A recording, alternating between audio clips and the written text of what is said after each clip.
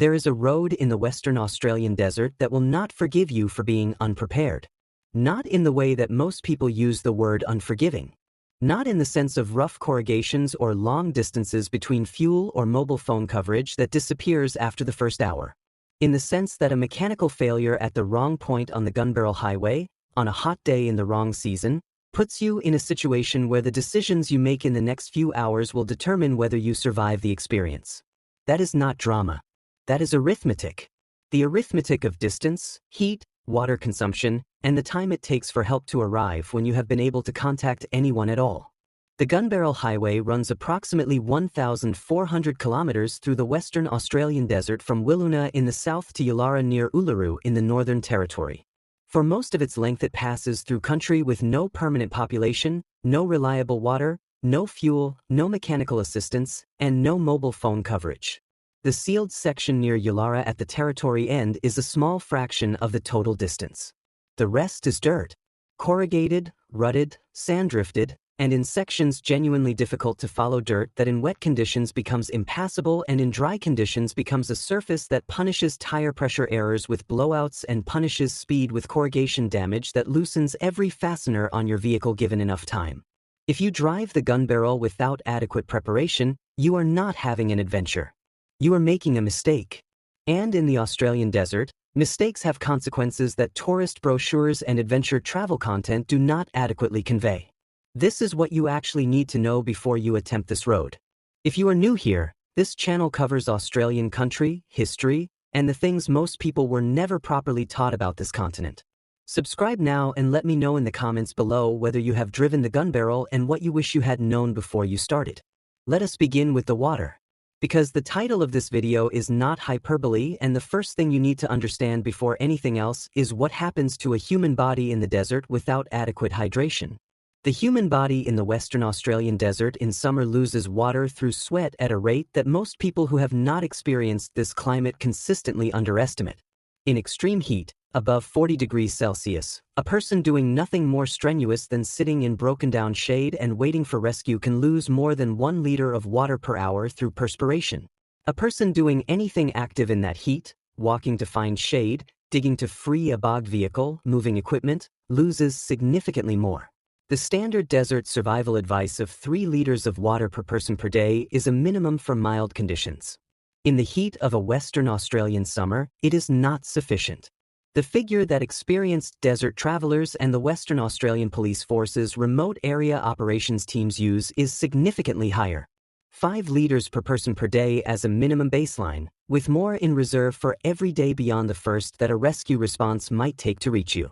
The Gunbarrel Highway is a road where the rescue response time, if you can make contact at all, can be measured in days rather than hours. Aircraft response from Kalgoorlie or Alice Springs requires coordination time. Ground vehicle response, if the road conditions permit it, is measured against the distance that separates any point on the Gunbarrel from any town with emergency services. Calculate how many days of water you need to carry based on those response times, not based on how long you expect to be on the road. What you expect and what the road provides are frequently different things. The vehicle that does not get a flat tire, does not overheat, does not lose a fuel line, does not break a shock absorber on a corrugation that seemed manageable at the speed you were doing, that vehicle does not always exist. Your water calculation needs to be based on the worst realistic case, not the best expected one. The specific minimum that experienced Gunbarrel travelers recommend, and that the Shire of Wiluna and the Nganyatjarra Land Council Visitor Information consistently state, is a minimum of 20 liters of drinking water per person, carried in containers that are separate from your vehicle's cooling system, in the shade of your vehicle, and accessible without requiring you to open the bonnet or access areas of the vehicle that might be under pressure or heat stress after a breakdown. 20 liters per person as the absolute minimum. More is not excessive. In this context, more is simply sensible. Now let us talk about the road itself. Because the Gunbarrel's physical character changes significantly across its length, and the sections that look manageable on a satellite map are not always the sections that are actually manageable in a loaded vehicle. The Gunbarrel Highway was surveyed and built in the 1950s and early 1960s by a team led by Len Beadell, the surveyor whose name is associated with most of the major remote roads built across central and western Australia during the nuclear testing era when the Australian government was constructing infrastructure to support operations at Maralinga and the Woomera Test Range. Beadell's crews used a survey principle that prioritized directness and minimal engineering intervention. The roads go where the country allows them to go with minimum clearing and grading. They do not avoid difficult terrain in the way that a modern road engineering team would. They cross it, directly, with the expectation that the vehicles using them are equipped for what the terrain presents. The equipment of the 1950s and 1960s for which the road was built is not the equipment of most modern four-wheel drive vehicles. The expectation of the road has not changed. The vehicles have. The corrugations are the first serious mechanical challenge of the Gunbarrel. Corrugations form in dirt roads when vehicle traffic at a consistent speed produces a resonance pattern in the surface material that creates regular ridges across the road. Once established, corrugations are self-reinforcing. Vehicles crossing them at speed hit the ridges and amplify them rather than smoothing them. The corrugations of the Gunbarrel in bad sections can be severe enough that crossing them at any speed produces vibrations that loosen wheel nuts, crack welds in suspension components, work fuel line fittings loose, and shake cargo in the vehicle into configurations that damage equipment and can shift the weight distribution in ways that affect vehicle handling. The standard advice for corrugations is to slow down to a speed at which the vehicle is not bouncing between ridges but is crawling across them. That speed on severe corrugations can be very slow indeed. 5 to 10 kilometers per hour is not unusual in the worst sections. Slowing to this speed adds significantly to the travel time and therefore to the fuel consumption of the journey. The sand. Sections of the Gunbarrel cross sand country where the road surface becomes soft and the standard tire pressures appropriate for harder surfaces are wrong for the conditions. Driving soft sand at hard surface pressures produces tires that sit high on the sand surface, dig in with the edges of the tread, and lose traction progressively until the vehicle bogs to its axles in sand that looks, from a standing position, entirely traversable. Airing down, reducing tire pressure to between 18 and 22 psi in soft sand conditions, allows the tire to flatten and spread across a wider contact patch, distributing the vehicle's weight over a larger area and maintaining forward momentum. It is one of the most important techniques for remote desert driving and one of the most consistently underutilized by drivers who have not driven sand before. Airing down requires that you carry a reliable means of reinflating your tires when you return to harder surfaces. A compressor that runs from your vehicle's power supply, of sufficient capacity to inflate 4 tires from 20 to 35 psi in a reasonable time, is not an optional accessory on the Gunbarrel. It is a piece of equipment whose absence makes certain situations irrecoverable without outside assistance. The fuel calculation is the third major practical challenge of the Gunbarrel and the one that catches travelers who have done their calculations at standard consumption rates and have not accounted for how conditions on the road change those rates. Your vehicle's fuel consumption in normal road driving conditions is not your vehicle's fuel consumption on corrugated dirt at variable speeds with a fully loaded vehicle and a rooftop tent and additional water and fuel weight. The Gunbarrel will add a minimum of 30% to your normal consumption, and in bad conditions significantly more. The sections of soft sand will add more still. The fuel points on the Gunbarrel are limited and not always reliable. Carnegie Station, if operating, provides fuel in the midsection. The availability and quantity of fuel at remote stations change. Phoning ahead to confirm availability before departure is not optional. It is part of the route planning that makes the difference between a journey that completes successfully and one that does not. Carry enough fuel to complete the longest section between confirmed fuel points with a 20% reserve, not a 5% reserve, 20%, because the conditions that increase your fuel consumption by 30% are the same conditions that slow your progress, extend the distance you travel before reaching the next fuel point, and cannot always be predicted from a map. Now let us talk about communication. Because the most dangerous decision a person makes on the Gunbarrel is the decision to leave without a reliable means of communicating their position to anyone outside the vehicle. Mobile phone coverage on the Gunbarrel is effectively absent for the majority of the route. Do not plan a Gunbarrel trip around the assumption that you will find coverage at strategic points. Plan it on the assumption that from Wiluna to Yulara you will have no mobile phone coverage at all and that any contact with the outside world will depend entirely on the satellite communication equipment you carry. The personal locator beacon, commonly called a PLB, is the minimum communication requirement for anyone driving the Gunbarrel. It is a device roughly the size of a television remote that, when activated manually, transmits a distress signal via satellite to the Australian Maritime Safety Authority, which coordinates search and rescue response. The signal includes your GPS location. NSA notifies the relevant state rescue authority. A rescue response is initiated.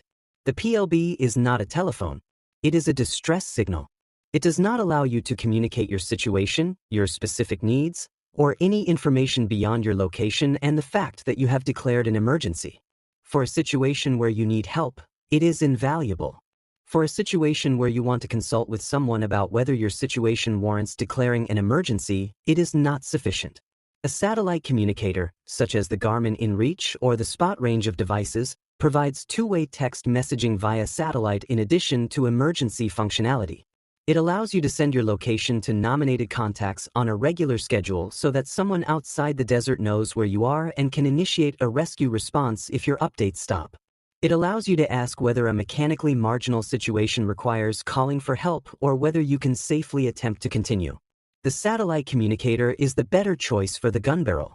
It costs more than a PLB. On the Gunbarrel, it is worth the cost. Register your trip itinerary with the Western Australian Police before you depart. This is not a bureaucratic formality. It is the registration that WAPL uses to initiate a search when a traveler becomes overdue. The overdue date on your registration is the date by which WAPL knows that if they have not heard from you, something has gone wrong. That date triggers the search. Without registration, your failure to emerge at your destination is simply an absence. Nobody knows to look for you. Now let us talk about timing. Because the Gunbarrel Highway is not a year-round road and the consequences of driving it in the wrong season are not simply discomfort. They are the conditions under which the water arithmetic described earlier becomes genuinely critical. The summer months, from approximately November to March, bring heat to the Western Australian interior that regularly exceeds 45 degrees Celsius. At these temperatures, a vehicle breakdown produces a situation in which your water supply becomes your survival supply within hours. The rate of water loss through perspiration in these conditions is higher than most people who have not experienced extreme desert heat in a broken-down vehicle can intuitively understand. In a broken-down vehicle with no shade structure available beyond the vehicle itself, in 45-degree heat with no breeze, a person sitting still loses water at a rate that a 5-liter daily allowance does not cover adequately. The heat stress compounds as the afternoon progresses. Decisions made under heat stress are less reliable than decisions made in moderate conditions. The capacity to assess your situation accurately degrades as dehydration progresses. Summer driving on the Gunbarrel is not simply inadvisable. For anyone who is not specifically prepared for desert survival in extreme conditions, it approaches the category of decisions that experienced remote area personnel describe as unnecessary risk-taking. The optimal window for the Gunbarrel is the dry season months between May and September. Temperatures in this period are more moderate, the road surface is at its best, and the margin for mechanical problems is significantly wider than in summer. June and July are the most comfortable months. The days are warm to mild.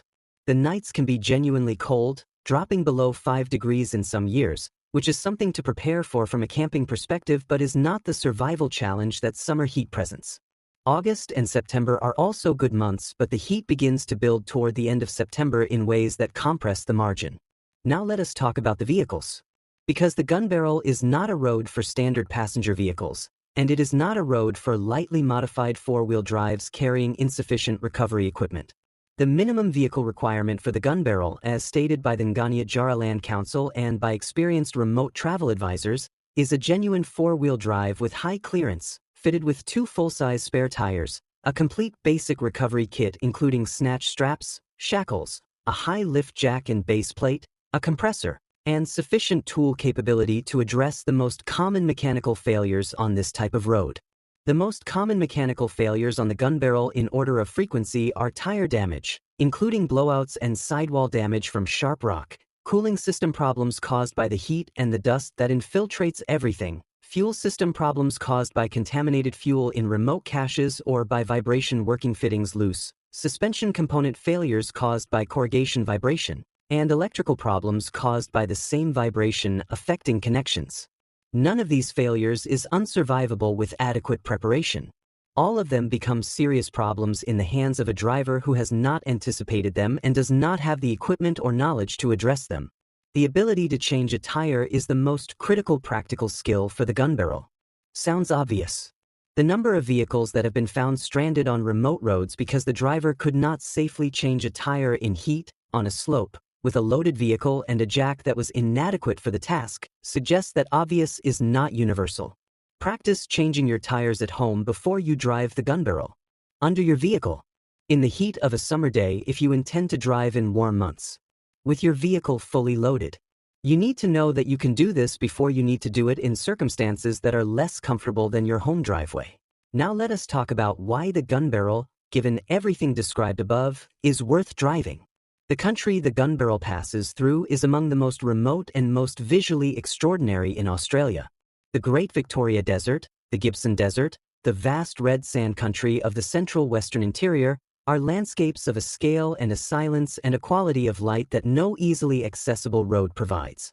The stars above the Gunbarrel on a clear moonless night are the stars that most Australians have never seen because most Australians have never been far enough from artificial light for long enough for their eyes to fully adapt to true darkness.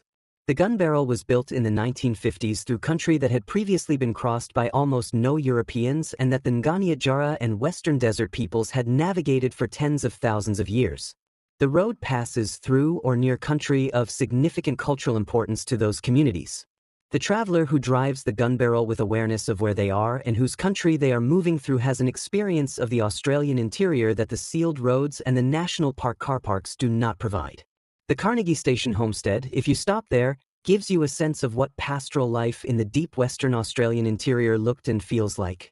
The old road markers from Beadell's original survey team are still in place at various points. The desert itself changes character as you move north, from the sand plain country of the south to the more broken red sand dune country of the center to the different character of the country as you approach the Northern Territory end. It is genuinely extraordinary country. And it will remain extraordinary and survivable for the traveler who approaches it with the preparation it demands. The Gunbarrel Highway is not a road that punishes adventurousness. It punishes complacency. The traveler who is equipped, informed, and realistic about what the road requires can drive it and experience one of the most remarkable journeys available to any Australian. The traveler who arrives at Wiluna thinking it is just a long dirt road will find out quickly that it is not just anything. Prepare properly. Carry the water. And the desert will show you something that no amount of description in any video can adequately convey. If you have driven the Gunbarrel, leave your experience in the comments below. And subscribe for more Australian country and history that most people were never properly taught.